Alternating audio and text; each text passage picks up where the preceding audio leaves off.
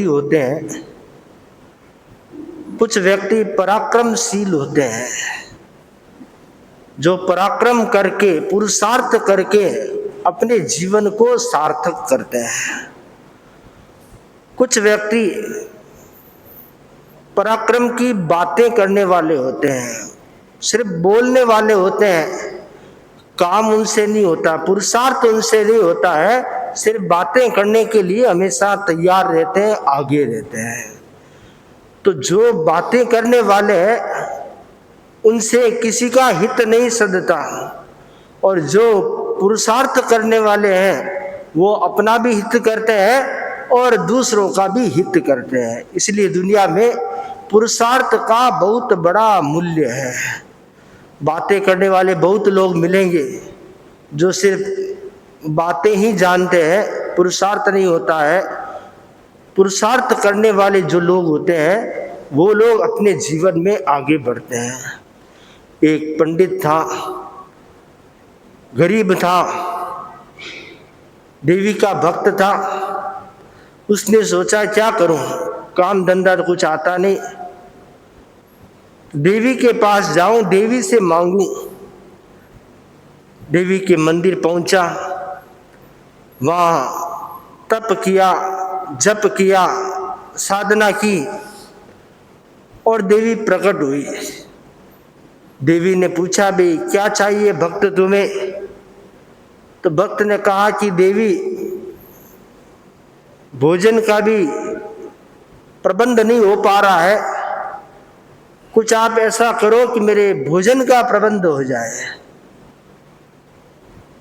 देवी ने कहा ठीक है। देवी ने उसे एक शंख दिया जो दक्षिणावर्त शंख था, उसके आवर्त दक्षिण की तरफ थे तो उसको दक्षिणावर्त शंख कहा जाता है। और कहा ये शंख रखो पास में, शंख की पूजा करके जो चाहिए तुम्हें उससे मांगना, ये शंख तुम्हें दे देगा। भोजन चाहिए भोजन मांगना, रुपया चाहिए रुपया मांगना, ये शंख तुम्हें तत्काल देगा। देवी द्वारा दिया हुआ शंख था, बड़ा प्रसन्न हुआ, देवी का आभार मानता हुआ वहां से चला। उसका गांव दूर था, चलते चलते शाम हो गई तो सोचा कि रास्ते में एक पड़ाव कर लूं, रात्रि का विश्राम कर लूं और दूसरे दिन सुबह घर चला जाऊंगा। तो रास्ते के गांव में किसी रिश्तेदार के यहाँ पर रुका, तो उन्होंने, कोई मेहमान आया है तो उनका फर्ज होता है कि भाई रहने की व्यवस्था है, भोजन की व्यवस्था है। तो उन्होंने कहा भी भोजन, तो पंडित बोला नहीं नहीं मेरे पास सब व्यवस्था है, आपको कुछ भी करने की जरूरत नहीं है। लोगों ने देखा ठीक है भाई।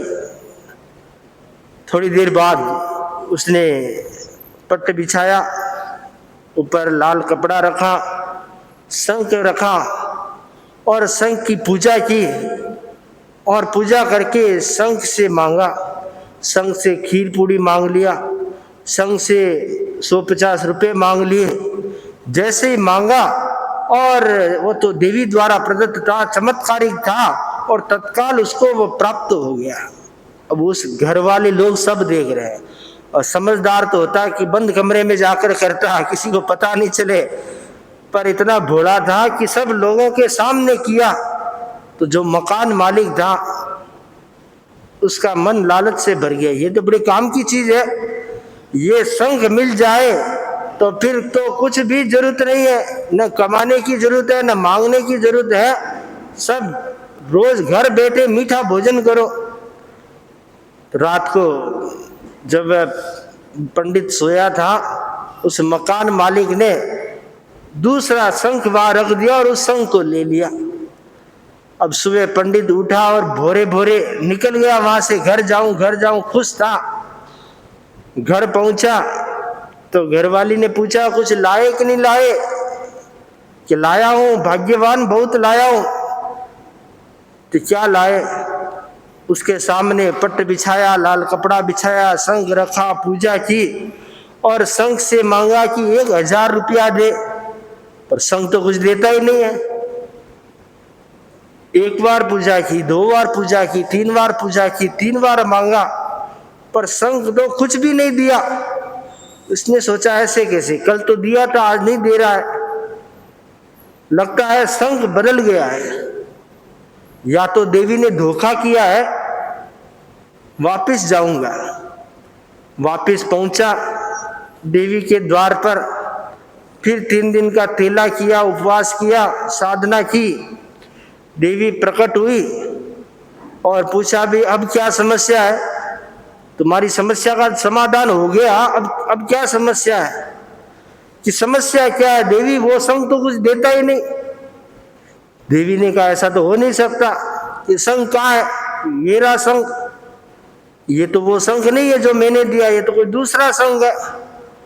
कि तुम बीच में कहीं रुके थे? कि हाँ, मैं एक गांव में रिश्तेदार के यहाँ रुका था, कि हाँ वहां आपका संघ बदल गया है, दूसरा संघ दे दो। देवी ने कहा दूसरा संघ कहां से लाऊं? एक ही संघ था मेरे पास, पर एक काम करो, मैं तुम्हारे को एक दूसरा संघ देती हूं जो सिर्फ बोलता है, देता कुछ नहीं है। तो उस रिश्तेदार के घर रुकना और उसके सामने पूजा करके संघ से मांगना और बोलना कि अभी नहीं, बाद में जरूरत होगी तब लूंगा, तुम्हें तुम्हारा पुराना वाला संघ मिल जाएगा। वह ब्राह्मण गया वापिस और संघ लेकर के उस रिश्तेदार के घर ठहरा। रिश्तेदार के यहाँ पर रात्रि प्रवास किया। रिश्तेदार ने सोचा ये वापिस आया कुछ लेकर, और कुछ लेकर आया होगा, तो उसने वही विधि विधान से पूजा की संघ से, और संघ से कहा कि मुझे 10,000 रुपये दो। तो संघ ने कहा कि 10,000 क्या, 20,000 लो। तो उसने कहा कि अभी नहीं चाहिए, जब चाहिएगा तब ले लेंगे। ठीक है। मकान मालिक को लिखा कि पहले वाले से ये संघ ज्यादा पावरफुल है, ये तो डबल देता है। तो मकान मालिक ने रात्रि में, इधर तो पंडित सोया क्या था, वो तो नींद का बहाना बनाया, देख रहा था क्या करे, और उसने वो पुराना वाला संघ दक्षिणावर्त वहां रख दिया और उसको उठा दिया। जैसे ही रखा और वह पंडित उसको लिया और रात को ही रवाना हो गया। अब दूसरे दिन वह रिश्तेदार उस संघ की पूजा करता है और मांगता है कि मुझे 1,00,000 रुपया दो। तो संघ बोलता है 1,00,000 क्या, 2,00,000 लो, कि 2,00,000 दे दो, कि 4,00,000 लो, 4,00,000 दे दो, कि 8,00,000 लो। वो बोला कि सिर्फ बोलेगा कि कुछ देगा भी? तब वो संघ बोला कि मैं तो सिर्फ बोलने वाला हूँ, मेरा नाम ढपोर संघ है, मैं तो सिर्फ बोलता हूँ, देता कुछ भी नहीं हूँ। देने वाला था वो तो दक्षिणावर्त था, मैं तो सिर्फ बोलने वाला हूँ।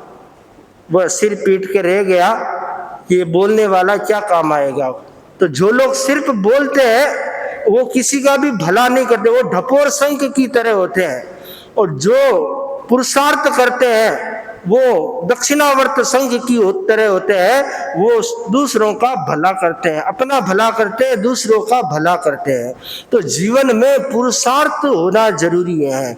संयम के प्रति पुरुषार्थ होना चाहिए, अध्यात्म के प्रति पुरुषार्थ होना चाहिए, अपने कल्याण के लिए पुरुषार्थ होना चाहिए। मुनिषी बता रहे हैं, मुनिषी के सानिध्य में पिछले कई दिनों से बालमुनि कुणाल कुमार जी के दादाजी और नातीले परिवार सेवा कर रहे हैं।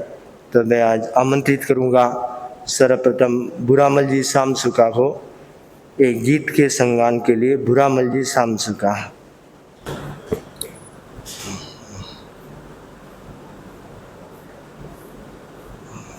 श्री परमानंद जी, कुणाल मुनि चरणों में वंदन। उपस्थित धर्म प्रेमी भाइयों बहन, सोवर्ण में जय मारोगी क्या जाय, अब तो जाग रे भीतर लो इमरत री जागाय, अब तो जागे रे। जीवड़ लो घेरी में आयो, बदलियो दुविधारो छायो। सोवण में जय मारो भी क्या जाय, अब तो जागे रे। आँख खोल कर देख बावड़ा, सूरज ढल तो जाए। जो उगे सो आदम जासी, जो उगे सो आदम जासी। अखी रहन कुण पाय, देख लो अखी रहन कुण पाय, अब तो जागे रे। घटती बढ़ती छाया जगत री, एक जावे एक आय। किसे भरोसे सोए रहो तू, किसे भरोसे सोए रहो तू। सूत्या ने जम खाए देख लो, सूत्या ने जम खाए, अब तो जागे रे। तन मन दोनों ही रीता है, कृष्णारो नहीं अंत। किसे तन मन दोनों ही रीता है, कृष्णारो नहीं अंत। पतझड़ रे रुत रही सदाई, पतझड़ रे रुत रही सदाई।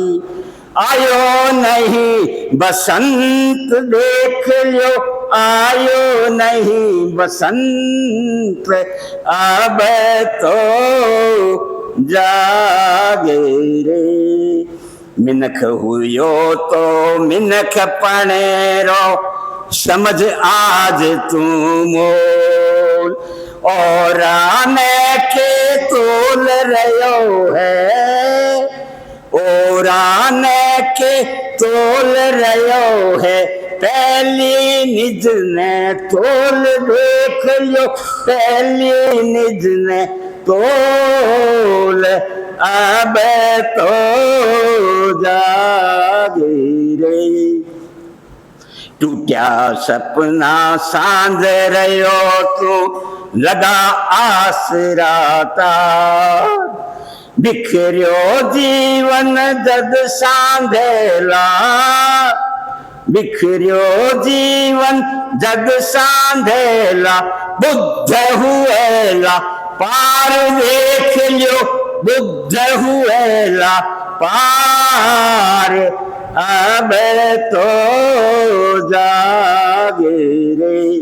सोवण में जय मारो बीत्या जाय, अब तो जागे रे। मुनि श्री ने अपनी अमृत देशना के बीच जो समय दिया उसके लिए कृतज्ञ करता हूँ।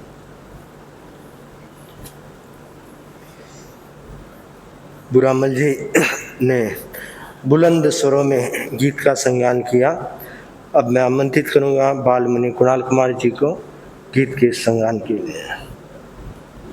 अभिक्षु तव चरणों में, अभिक्षु तव चरणों में वंदन है बारंबार।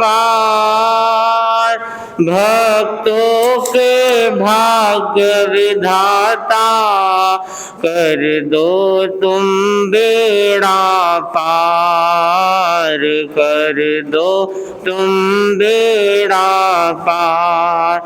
तेरा पथ के निर्माता ज्योतिर्मय जीवन जीवन था, ज्योतिर्मय जीवन था।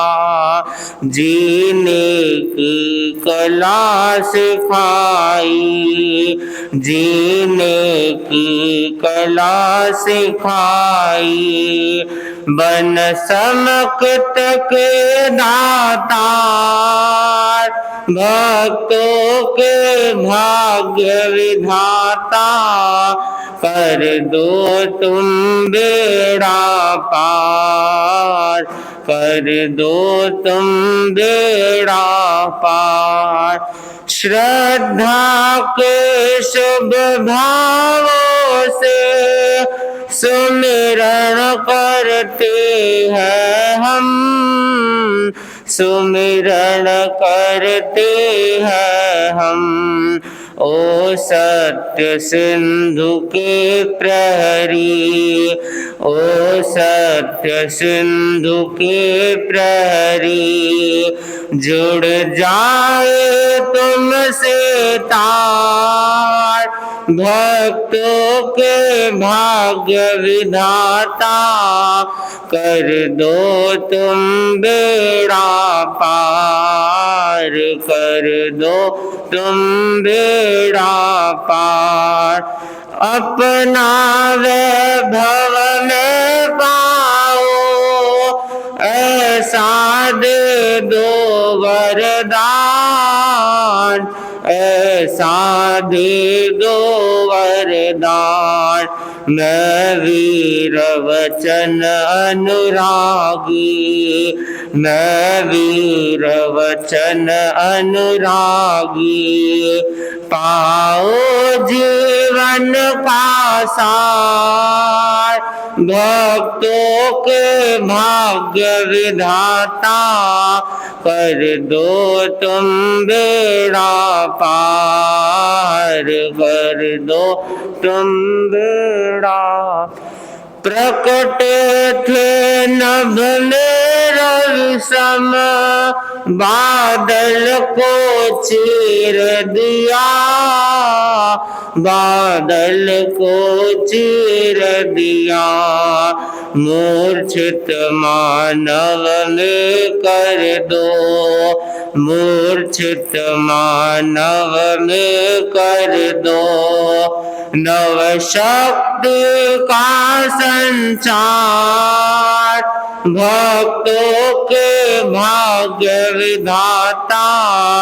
कर दो तुम बेड़ा पार, कर दो तुम बेड़ा पार। कष्टों की रातों में भी तेरा आश्रय है, तेरा ही आश्रय है। घट घट में तुम बस जाओ, घट घट में तुम बस जाओ। कर दो सबका उद्धार, भक्तों के भाग्य विधाता। कर दो तुम बेड़ा पार, कर दो तुम बेड़ा पार। ऐ भिक्षु तव चरणों में, ऐ भिक्षु तव चरणों में वंदन है बारंबार। भक्तों के भाग्य विधाता। कर दो तुम बेड़ा पार, कर दो तुम बेड़ा पार। ओम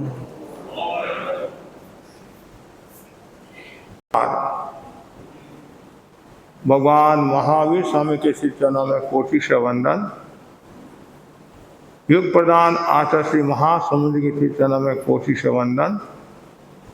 मुनिवृंद, उपस्थित धर्म प्रेमी भाई और बहनों,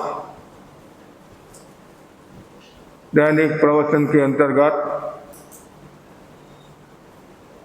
विद्यमान पुरुष 5 प्रकार की हमने पहले तीर्थंकर के बारे में चर्चा की, चक्रवर्ती के बारे में चर्चा की, और आज हम वासुदेव, बलदेव, भावितात्मा, अणगार, पीछे 3 और हैं। इस संसार में, संसारी जीवों में चक्रवर्ती के बाद वासुदेव का विशिष्ट स्थान है। वासुदेव शक्ति संपन्न होते हैं। वासुदेव पूर्व भव में तप संयम का पालन करते हुए निदान करते हैं, नियाणा करते हैं, और आयु पूर्ण होने पर स्वर्ग या नरक का एक भव करके उत्तम कुल में अवतरित होते हैं। उनकी माता को 7 उत्तम स्वप्न आते हैं। जन्म लेकर युवा अवस्था को प्राप्त कर राज्य सिंहासन पर बैठते हैं। वासुदेव पद की प्राप्ति के बाद 7 रत्न उत्पन्न होते हैं। सुदर्शन चक्र, अमोघ खड्ग, कौमुदी गदा, पुष्पमाला, अमोघ धनुष, मान शक्ति, कौस्तुभमणि, महारत्न, ये रत्न उत्पन्न होते हैं। वासुदेव का जो बल होता है, 20 लाख अष्टापदों का बल इनके शरीर में होता है। वासुदेव से पहले प्रतिवासुदेव उत्पन्न होते हैं। वे दक्षिणार्ध भरत क्षेत्र पर राज्य करते हैं। वासुदेव प्रतिवासुदेव को मारकर उसके राज्य के अधिकारी बनते हैं। वासुदेव का 3 खंडों पर एक छत्र राज्य होता है। बलदेव वासुदेव के बड़े भाई होते हैं। बलदेव की माता 4 उत्तम स्वप्न देखती हैं। दोनों के पिता एक, माता अलग अलग होती है। 10 लाख अष्टापदों का बल इनके शरीर में होता है। वासुदेव की आयु पूर्ण होने के बाद ये बलदेव संयम धारण कर आयुष्य का अंत होने पर स्वर्ग या मोक्ष को प्राप्त होते हैं। बलदेव 9 हुए हैं। अचल, विजय, भद्र, सुप्रभ, सुदर्शन, आनंद नंदन, पद्मरथ और बलभद्र राम, ये 9। और ऐसी त्रिपृष्ठ भी आदि वासुदेव कितने हुए? वासुदेव भी 9 हुए हैं। और वासुदेव वो शक्तिशाली तो होते हैं, लेकिन उनका अनुशासन बहुत ही गजब का होता है। कठोर अनुशासन होता है। कठोर अनुशासन के कारण वे मरकर नरक में जाते हैं और भव्य आत्मा होते हैं। कालांतर में कर्म क्षय करके मोक्ष को प्राप्त हो जाते हैं। जो वासुदेव हुए हैं, त्रिपृष्ठ वासुदेव, द्विपृष्ठ स्वयंभू, पुरुषोत्तम, पुरुष सिंह, पुरुष पुंडरीक, दत्त, लक्ष्मण और कृष्ण, ये कितने हुए हैं? 9 वासुदेव। और ऐसे प्रतिवासुदेव 9 होते हैं। तो कुल मिलाकर 63 शला का पुरुष में 24 तीर्थंकर, 12 चक्रवर्ती, 9 बलदेव, 9 वासुदेव, 9 प्रतिवासुदेव। 24 तीर्थंकरों में जो 24 के 24 तीर्थंकर मोक्ष गति को प्राप्त होते हैं। चक्रवर्ती अवस्था में मृत्यु को प्राप्त होते हैं तब नरक में जाते हैं, चक्रवर्ती पद छोड़ देते हैं, दीक्षा लेते हैं, स्वर्ग या मोक्ष को प्राप्त होते हैं। और जो बलदेव होते हैं वे निश्चित ही दीक्षा लेकर देव या मोक्ष गति को प्राप्त होते हैं। और वासुदेव और प्रतिवासी देव जो होते हैं वो निश्चित ही मृत्यु को प्राप्त होते हैं और नरक में जाते हैं। तो यहाँ जो वासुदेव में एक वासुदेव श्री कृष्ण महाराज जो 3 खंड के मालिक थे और श्री कृष्ण महाराज मथुरा नगरी के थे। ऐसे तो मूल तो मथुरा के नहीं थे। श्री कृष्ण महाराज और अरिष्टनेमी चचेरे बबेरे भाई थे और कोई कारण से उनको शौर्यपुर से मथुरा लेकर गए। नहीं, मथुरा तो पहले, फिर बाद में शौर्यपुर से उनको फिर गुजरात में लेकर आए, द्वारिका नगरी का निर्माण हुआ। तो वासुदेव श्री कृष्ण के पिता का नाम क्या था? वसुदेव। वसुदेव की पत्नी का नाम देवकी और देवकी की कुक्षी से श्री कृष्ण का जन्म मामा के यहाँ, मामा कौन था? कंस के यहाँ हुआ। और कंस की जो पत्नी जीव यशा थी उसने देवर मुनि का उपहास किया था, जिसके कारण काफी रामायण महाभारत हो गया था। अब देवकी के जितने पुत्र होते थे उन सबको खतरा था, कंस से खतरा था। तो 6 जो पुत्र हुए देवकी के, उनको कहाँ रखा? सुरसा के वहां। और जब सुरसा के जो पुत्र होते मृत, उनको वो कंस मारता था। अब 7वां जो पुत्र, तो कंस ने सबको कह दिया सावधानी रखना और ज्यादा पहरेदारी शुरू करा दी। जन्माष्टमी के दिन श्री कृष्ण का जन्म हुआ। आधी रात को इधर जो पहरेदार आदि थे वो सब नींद में थे, गहरी नींद में थे। अवसर देखकर श्री कृष्ण को नंद के वहां, गोपाल नंद के वहां लेकर जाते हैं और यशोदा उनका लालन पालन करती है।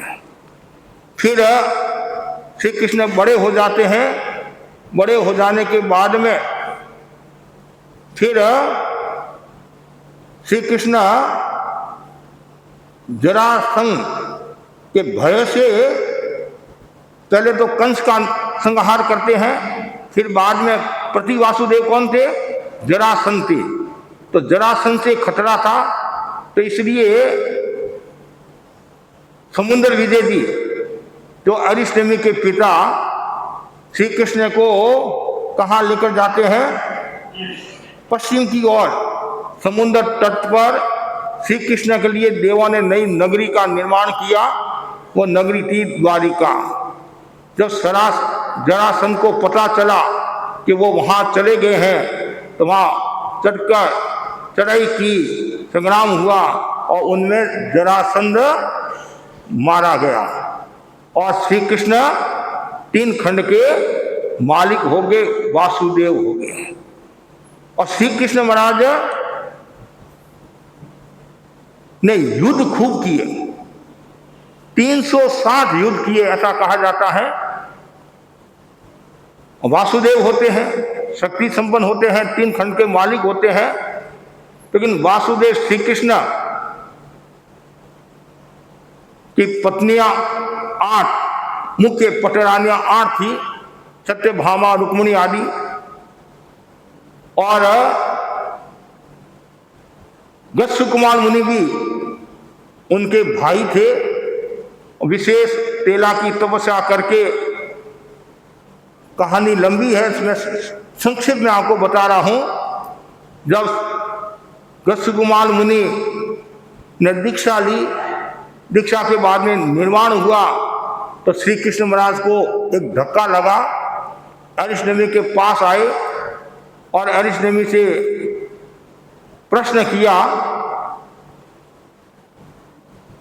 द्वारिका नगरी का भविष्य क्या है, और खुद के बारे में भी पूछा। तब भगवान ने सब बातें बता दी। द्वारिका नगरी का दहन एक ऋषि के द्वारा होगा। श्याम कुमार जो राजकुमार था, ऋषि को बहुत सताता था, तकलीफ देता था। तो उस समय ऋषि ने संकल्प लिया, द्वैपायन ऋषि था, और ऐसा संकल्प लिया कि मैं द्वारिका नगरी को जला दूंगा, खत्म करूंगा। आयुष्य पूर्ण हुआ द्वैपायन ऋषि का, और मरकर वो अग्नि कुमार देवता बनते हैं, और वो अवसर में है द्वारिका नगरी को कब मैं जलाऊं। लेकिन भगवान ने कहा था कि जब तक संयम तप की साधना चलती रहेगी, तपस्या होती रहेगी, तब तक द्वारिका नगरी का कुछ नहीं होगा। और फिर साथ में यह भी बात बताई थी कि कोई भी शराब आदि का सेवन भी, उसके कारण तो इतनी समस्या हुई थी। तो फिर जब तक इस नगरी में तपस्या आदि चलेगी तो कुछ नुकसान होने वाला नहीं है। काफी समय बीत गया। बीतने के बाद में फिर राजकुमारों ने सोचा अब तो सब उपसर्ग उपद्रव दूर हो गए होंगे, वो समय हो गया है। उन्होंने गलती की और परिणाम ये आया कि उस दिन तपस्या हुई नहीं, अमिल आदि की जो साधना होती थी। और इधर अग्नि कुमार ने क्या किया, विकुंडा करके और द्वारिका नगरी को जला दिया। और जैसे ही द्वारिका नगरी जलने लगी और श्री कृष्ण महाराज, बलदेव आदि इधर रथ जोड़कर माता पिता को बाहर निकालने की कोशिश करते हैं। जैसे ही दरवाजा आता है उससे पहले ही क्या होता है, श्री कृष्ण और बलदेव तो आगे रहते हैं और वो पीछे रहते हैं। वो पत्थर गिरता है और पत्थर गिरने के कारण वो माँ बाप मृत्यु को प्राप्त हो जाते हैं। अब श्री कृष्ण महाराज के सामने वो द्वारिका नगरी जल रही है। 6 महीना तक सुलगती रही, पास में समुद्र था, पानी था, सब कुछ होने के बावजूद भी कुछ नहीं हुआ। इधर श्री कृष्ण महाराज और बलदेव आगे बढ़ते हैं, कौशाम्बी नगरी में आते हैं। तो जंगल में विश्राम करे हैं और श्री कृष्ण महाराज को प्यास लगी तो बलदेव पानी लेने के लिए जाते हैं और श्री कृष्ण महाराज वहां सोए ये बैठे हुए हैं ऐसे।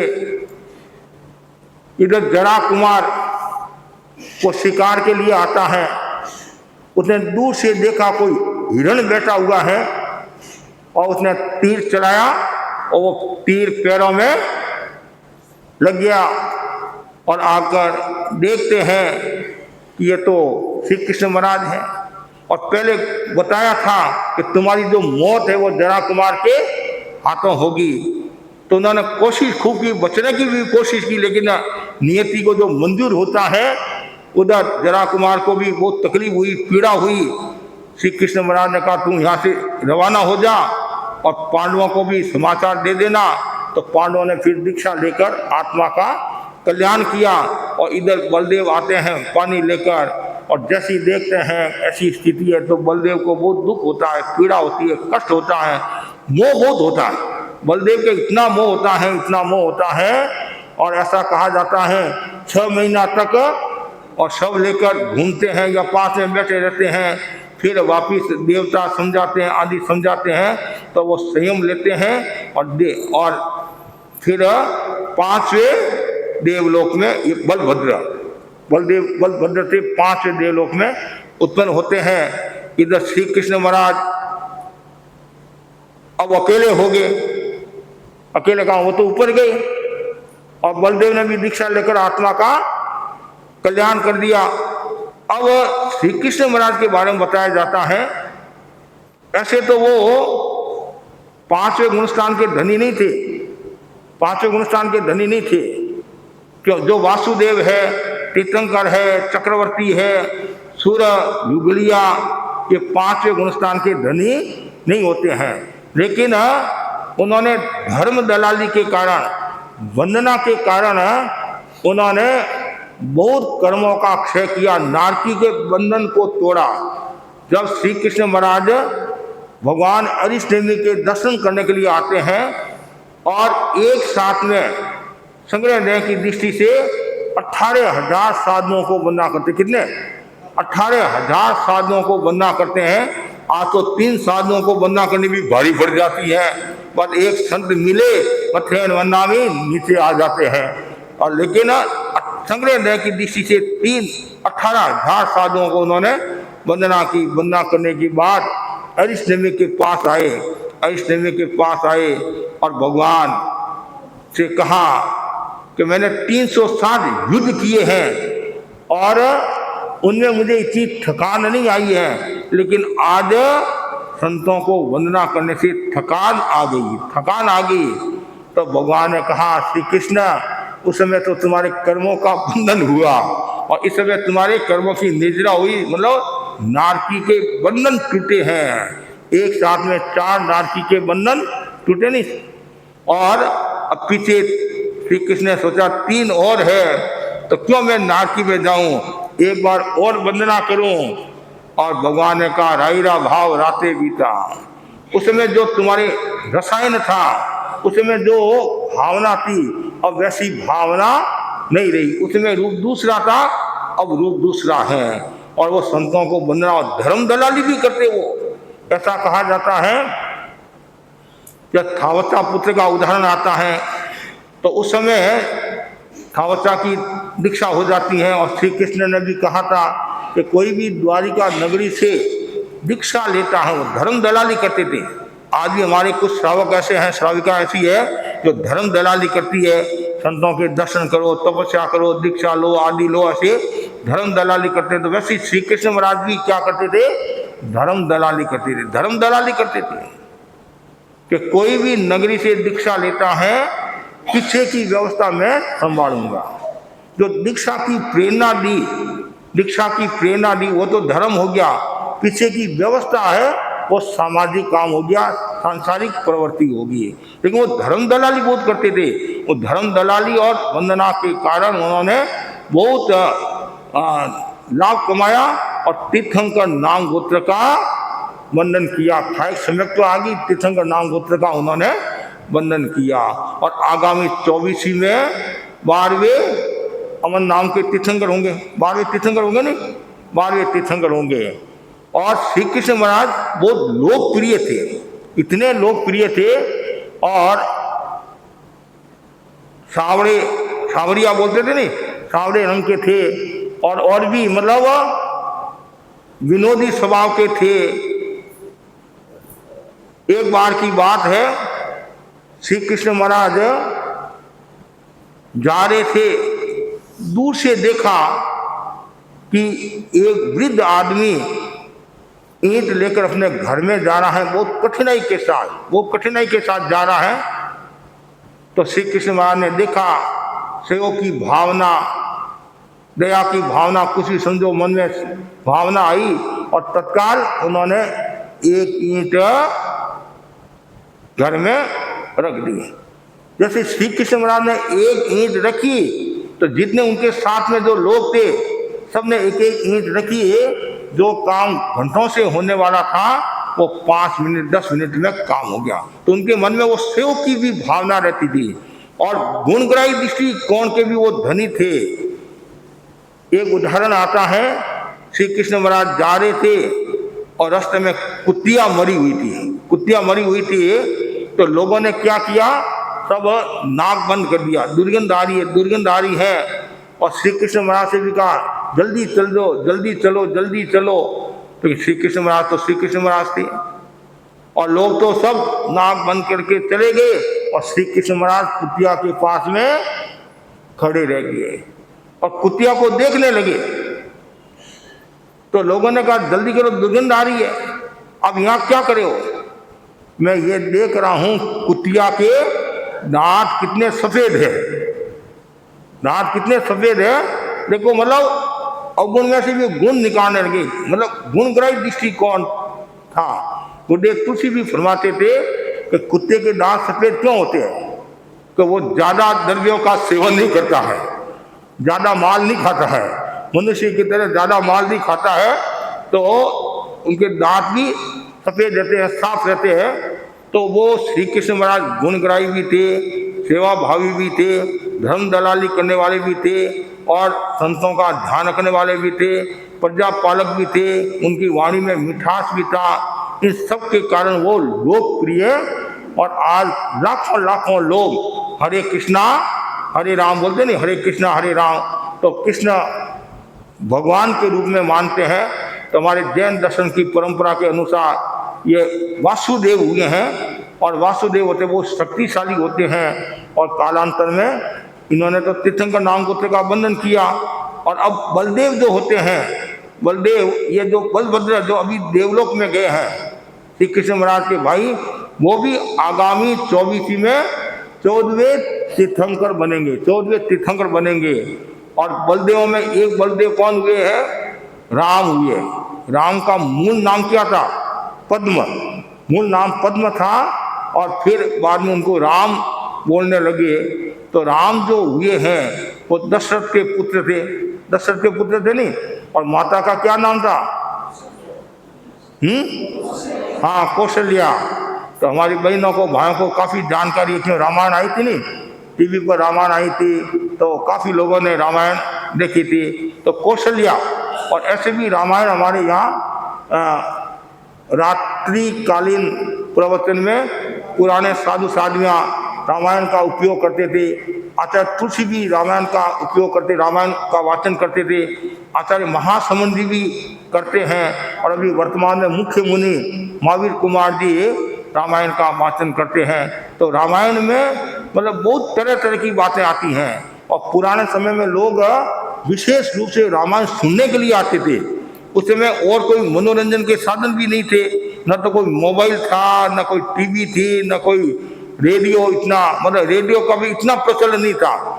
ऐसे प्रचलन तो था कि टीवी, मोबाइल, व्हाट्सएप, इंटरनेट कुछ नहीं था, न इतनी पढ़ाई की समस्या थी और न कोई कमाई की इतनी समस्या। मतलब ज़्यादातर खाते पीते परिवार होते और आराम की जिंदगी जीते। तो रात को संत व्याख्यान सुनाते, बाहर बैठ जाते, ओटला ऊपर छत नीचे ओटला पर बैठकर रामायण सुनाते थे। जैन अजैन लोग खूब आते थे, सैकड़ों सैकड़ों लोग रामायण सुनने के लिए आते थे। और रामायण अजितनाथ भगवान से संबंध रखने वाली है। तो ये जो राम हुए हैं, ये राम भी बहुत शक्तिशाली हुए हैं। ये कौन हुए? बलदेव हुए, राम बलदेव हुए हैं। और राम ने 14 वर्ष तक कहाँ रहे? वो वन में रहे, वनवास 14 वर्ष तक। फिर वापिस अयोध्या पधारते, उनका सम्मान होता है। और कालांतर में राम दीक्षा लेते हैं और दीक्षा लेकर कर्मों का क्षय करके मोक्ष को पधारते हैं और सीता का जी सीतेंद्र बनता है 12वें देवलोक में। ऐसा कहा जाता, मैंने पढ़ा है, सीता के जी सीतेंद्र ने कहा था कि आप मेरे पास आ जाओ, मतलब मेरे पास आ जाओ, मित्रता बनी रहेगी। तो राम ने सुना नहीं, राम ने दीक्षा लेकर आत्मा का कल्याण किया, ऐसा भी उल्लेख आता है। और लक्ष्मण तो राम के भाई थे। लक्ष्मण कौन थे? राम के भाई थे नहीं। तो जैसे श्री कृष्ण महाराज वासुदेव थे, वैसे लक्ष्मण भी कौन थे? वासुदेव थे। सामान्य लोग क्या कहते हैं?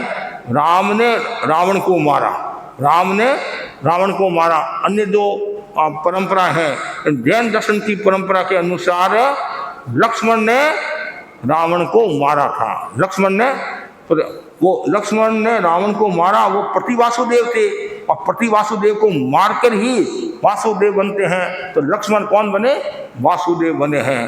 तो बलदेव मोक्ष पदार्थ हैं या स्वर्ग में पदार्थ हैं, और वासुदेव नरक में जाते हैं। और ये राम जी जो है वो मोक्ष पधारे हैं। और आज जैसे श्री कृष्ण का नाम है वैसे राम जी का भी खूब नाम है। और राम मतलब कितने 2 अक्षर है और छोटा नाम है, लेकिन विराटता का दर्शन कराने वाला है। और लाखों लाखों करोड़ों करोड़ों लोग राम का नाम लेते हैं, राम के प्रति आस्था है। और हमारे जैन दर्शन की परंपरा के अनुसार उन्होंने आत्मा का उत्कर्ष किया, आत्मा का कल्याण किया।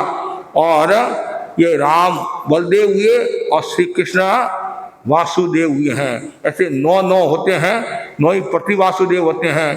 तो ये 63 सदा का पुरुष में ये सब शक्ति संपन्न है।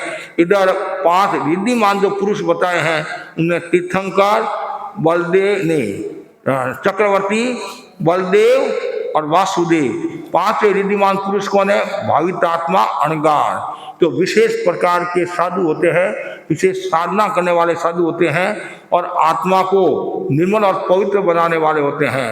अणगार का मतलब क्या होता है? जिसके कोई आगार मतलब घर नहीं है, जिसके घर नहीं है वो कौन कहलाता है? अणगार कहलाता है। अग वृक्ष का नाम है, अग वृक्ष का नाम है। तो वृक्ष की लकड़ियों से पुराने समय मकान बनते थे, तो इसलिए अणगार, जिनके घर नहीं है, और जिनके घर है वो आगार, आगारी, अणगारी। तो अणगारी जो होता है, साधु जो होता है, उसके 5 महाव्रत होते हैं: अहिंसा, सत्य, अस्तेय, ब्रह्मचर्य, अपरिग्रह। इन 5 महाव्रतों की जो साधना करता है, कोई भी प्रकार का हिंसा का, झूठ का, चोरी का, दुराचार का, परिग्रह का भाव नहीं रखता है और साधना में लीन रहता है, तो वो विशेष साधु भावित आत्मा अणगार होता है। और ये 5 महान पुरुष, इन 5 महान पुरुषों के बारे में मैंने थोड़ा सा आपको बताया है। तो आज जो मैंने श्री कृष्ण महाराज और राम जी के बारे में बताया, तो श्री कृष्ण महाराज की जानकारी सबको प्राप्त करनी चाहिए और राम के बारे में भी जानकारी सबको प्राप्त करनी चाहिए। और ये सब शक्ति संपन्न हुए हैं। तो मैं इतना ही आपको कहना चाहता हूँ कि जरूर इनका चरित्र पढ़ना चाहिए, और चरित्र पढ़ने से मतलब आत्मा आलोकित भी होती है, प्रेरणा भी मिलती है, जीवन में ऊर्जा का संचार होता है और शक्ति भी मिलती है। तो इसी आशा के साथ ओम आ रहा हूँ।